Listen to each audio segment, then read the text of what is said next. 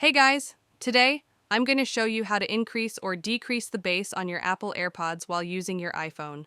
Make sure to watch till the end. Let's get started. Step 1. Open Settings.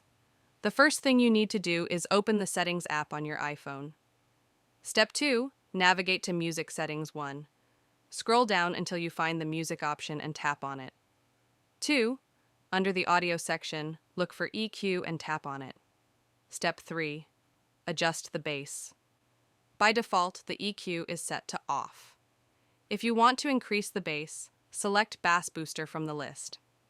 If you want to reduce the bass, choose Reduce Bass. Step 4. Save changes. Once you've selected your preferred option, simply exit the settings.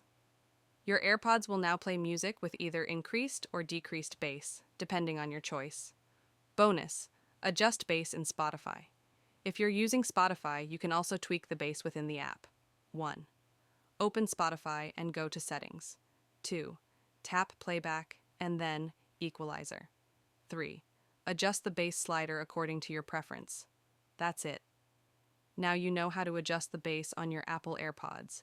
Make sure to like, share, and subscribe for more tech fixes. See you in the next video.